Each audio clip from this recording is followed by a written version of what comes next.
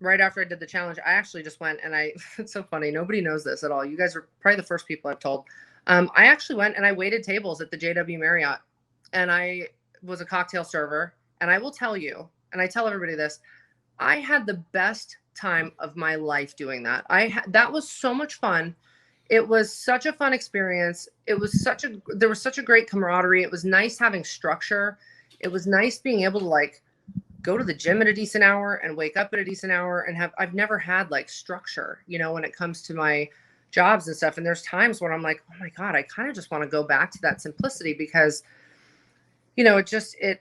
it is comforting, and it feels like you come home from, a hard day's work. And, filming, yeah, it's hard. I could sleep for a dang month after we finished filming because it was just so many hours of whatever, but it's different, and it's a different kind of payoff, so I really, plus I always say everybody should work in the service industry because you don't realize that like you're going to dinner and you're treating your server snotty and they're like probably making more money than you are in tips. Well, I want to know what people's reaction was like when you come over to serve them and they're like, the hell is Brooke Hogan doing here serving everybody me? was like, are you Brooke Hogan? What are you doing here? And I'm like, I just am normal and I just need some social interaction and to feel normal and to feel alive. So sorry, but can I get you a steak? Were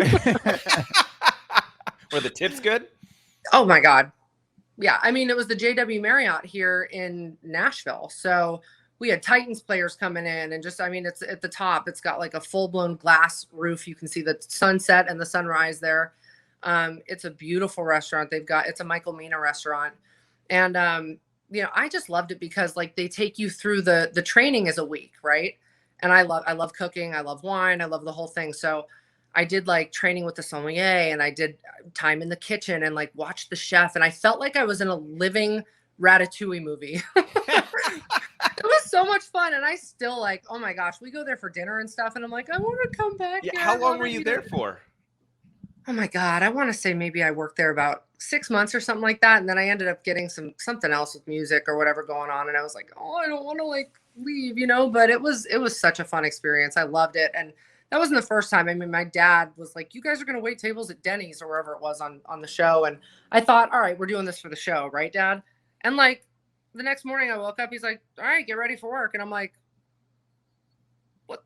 I thought we were just doing this for filming. And it was like, no, you're doing it. So, but just really, I love doing different experiences in life. That's the thing is people think that you just are supposed to be like a celebrity and a star and you should keep yourself elevated to this point. I'm like, screw it. I'll try country. I'll try whatever. Like I love music. Like that's the one thing too with music.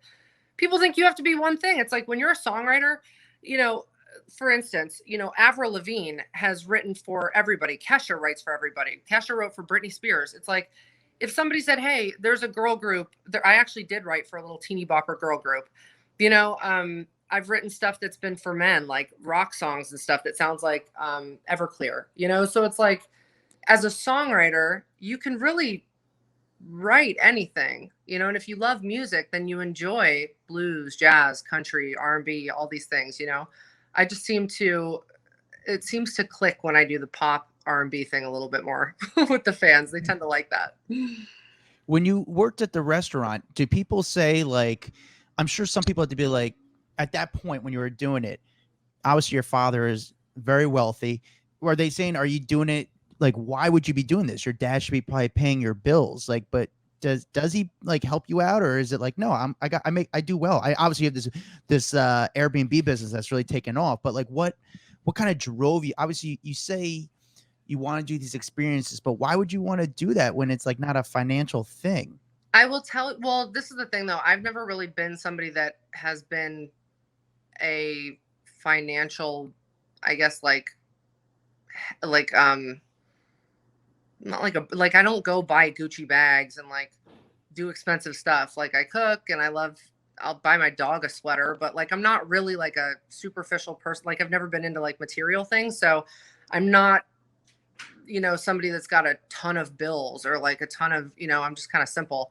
But I think that's the one thing, and I'm pretty tough. Like I've grown my thick skin, but that is the one thing I'll say that drives me crazy. If I see a comment and people are like, oh, must be nice having a rich daddy. I'm sure. First of all, when we were going through all of our stuff, that money was so tied up in lawsuits and divorces and just all kinds of crazy stuff that there was no way that it was like, hey, can I have a, it's like they are literally checking bank statements and pay stubs from, WWE like 10 years ago, 15 years ago. Like it's crazy. So, not, and on top of it, I have pride. Like, I think, maybe because I set off on my own. I was like, first of all, there was so much drama at back home that I was like, I cannot wait to move out. So like right when I turned 18, I went and I got an apartment at the Flamingo in Miami. I did not know what I was getting into. If you ever ask anybody about the Flamingo in Miami, it's a little bit crazy. But I was like, it's affordable. Like I need to like make sure. And I didn't want to take anything from my parents because the worst thing that I think is like if somebody's helping you and then you feel like you're indebted, like that is something that like Sure, yeah. rubs me the wrong way.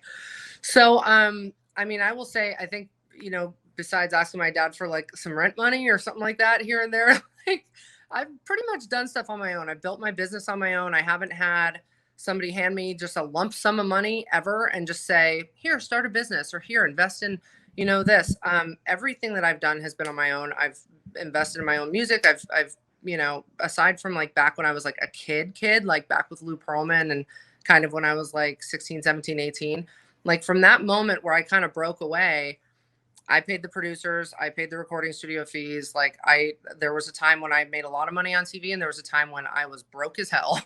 And from that time when I was broke as hell, I built myself back up. So I built my design business. I did the waiting tables thing. I did what I had to do. And I didn't want to be that person that was like, yeah, I made it because of my daddy's money. And I didn't want to ask my dad. He's been through so much crap already that the last thing he needs is a kid that's like, hey, can I have, the credit card? It's like, I don't love him for that. I don't love him for money, and if he talks about it or says like, oh, well, I want to make sure that I leave you guys something or whatever. I'm like, listen, I don't care about that. I would rather you use your money on some technology to live 100 more years. That would make me happy. Yeah. So, I'm not saying that, I haven't had a little bit of help here and there, but I feel like every kid at some point, whether it's college or whether it's something, like I think parents do step in at certain times, but I am proud to say I've done 99% of my life by myself.